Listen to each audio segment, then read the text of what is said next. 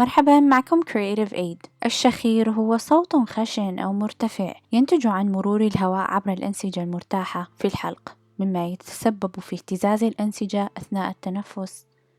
الشخير هو شيء يفعله كل شخص تقريبا من وقت لآخر، ولكن بالنسبة لبعض الناس يمكن أن يصبح مشكلة مستمرة.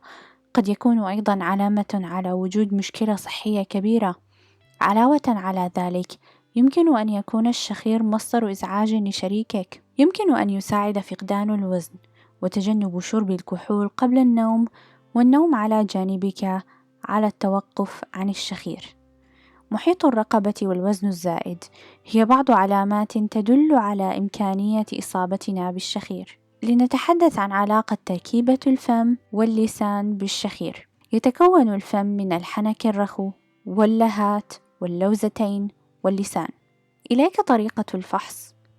انظر أمام المرآة وافتح فمك كأنك تبلع. إذا كنت تستطيع رؤية سقف الحلق كاملا مع اللهات وترى منطقة اللوزتين كاملا، فأنت غير معرض للشخير.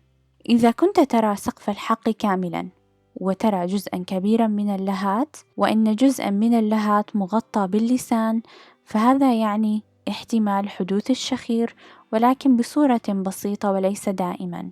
إذا كنت لا ترى اللهات نهائيا ولكن ترى فقط سقف الحلق، فأنت تشخر غالبا. وإذا كنت لا ترى اللهات وكذلك سقف الحلق لا يظهر منه إلا جزءا بسيطا، فأنت تشخر دائما ومعرض للاختناق المتكرر أثناء النوم بسبب صعوبة التنفس، ويؤثر على نشاطك الصباحي وتصاب بالنعاس أثناء النهار. عليك مراجعة الطبيب في هذه الحالة. نشكر متابعتكم.